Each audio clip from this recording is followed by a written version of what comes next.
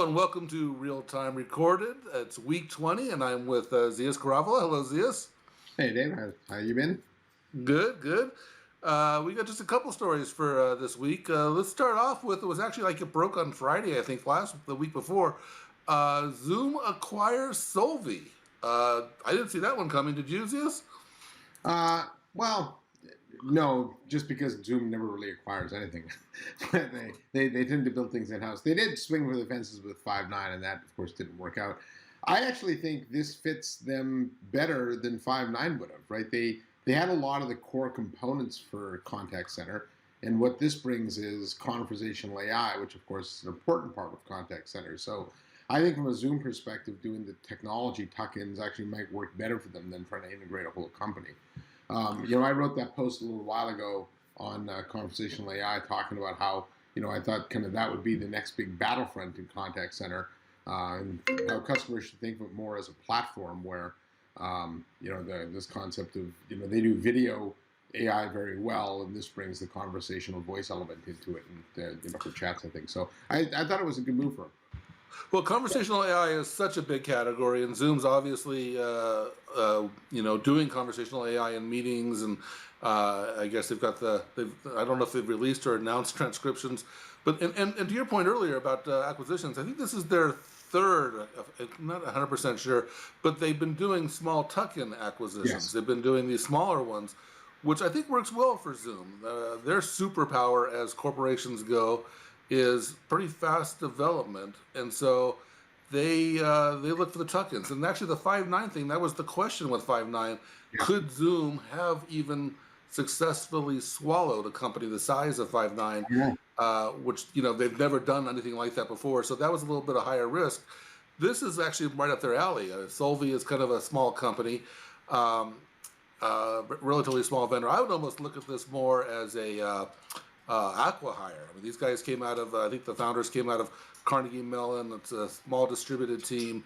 And the challenge with AI, conversational AI in the contact center, is there's a couple things. Routing the call to the agent when necessary is really tricky to do. And a lot of these conversational AI companies are really good at answering questions and solving problems on their own, but aren't so good at handing it to an agent later with context. So that's kind of a tricky thing to do.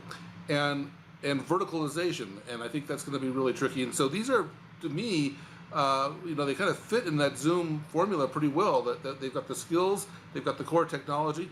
They'll figure out the verticalization. They'll figure out how to hand it off to an agent.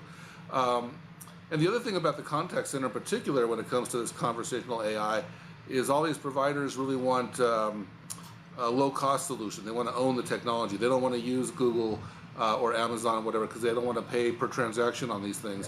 And so having that engine internally, I think, is really important for Zoom as well. And look, Zoom's way like the contact center, right? So they're not going to be able to CCaaS, the established CCaaS vendors. They got to do something different. And I think them jumping both feet into contact center AI actually gives them a chance to capture capture a little bit of share in a market that's already very well established.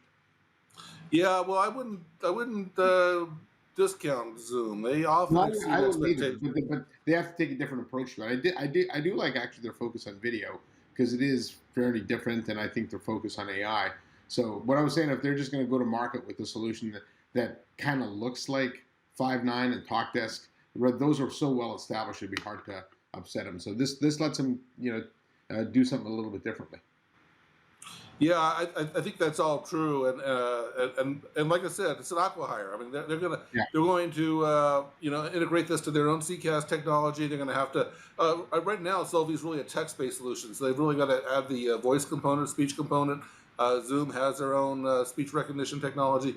And like I said, those vertical strategies I think are going to be really important that they'll build that out. But Zoom, like I said, they're fast developers, and so these building blocks will go far.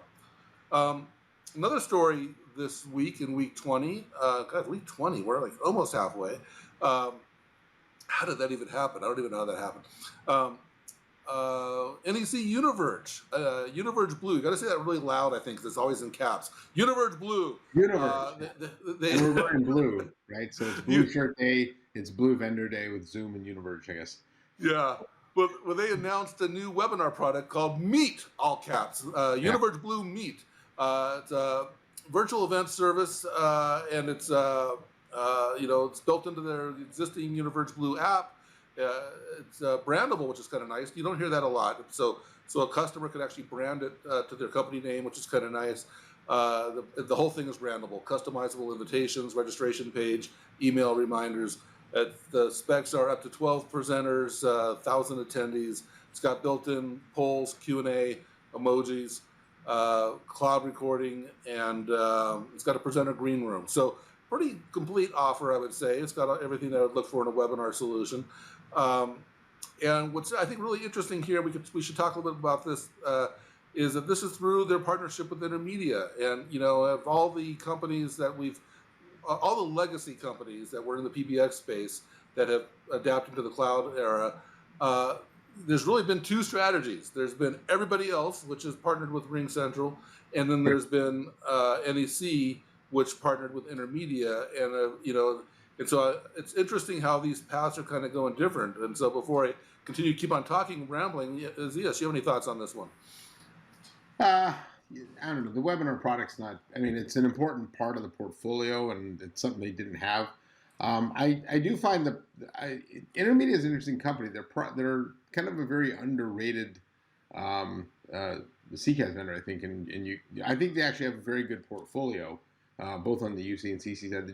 It's just not a lot of people know about them, and I think part of that is just Intermedia's brand was known for different things at different times. So, from an NEC perspective, you're right. They could have gone out and partnered with RingCentral and looked like everybody else, and so at least this is somewhat different, right? So, I guess good for them for doing that. But NEC. When I think of NEC, that UniVerge product is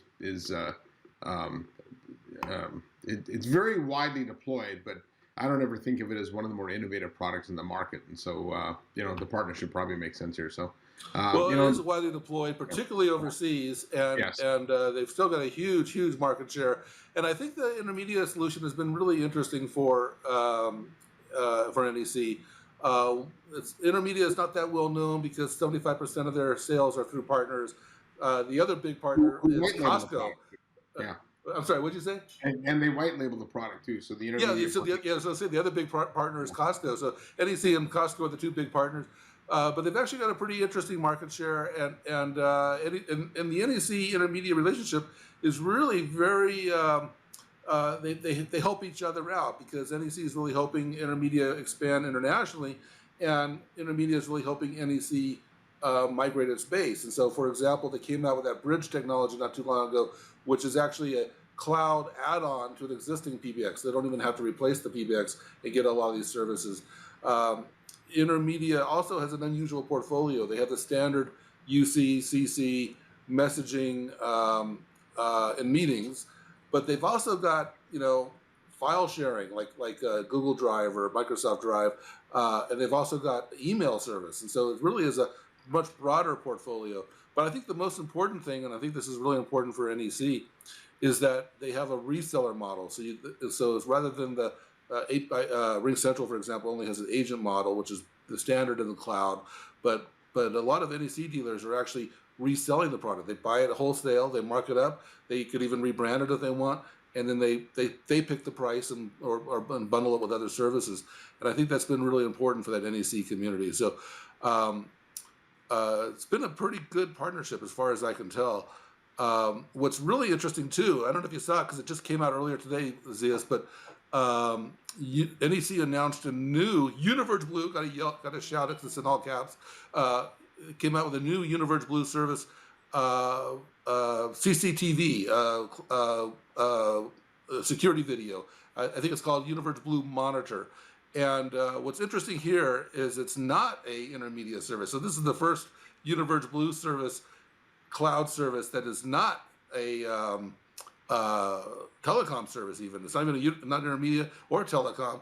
And I asked NEC about it just briefly before we got on here, and they said that they are positioning all their own surround cloud delivered services under the UniVerge Blue name. So they're going to be really leveraging that new brand for other services, and that should be pretty interesting too. Actually, I like that. I really like that.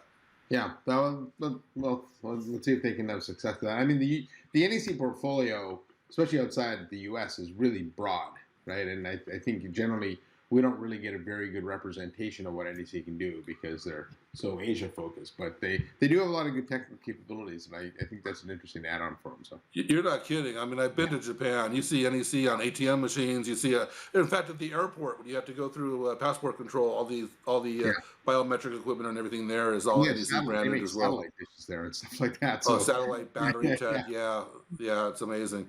yeah. Well, I think that wraps up this episode of Real Time Recorded, and we'll be back. We'll be back next week with week 21.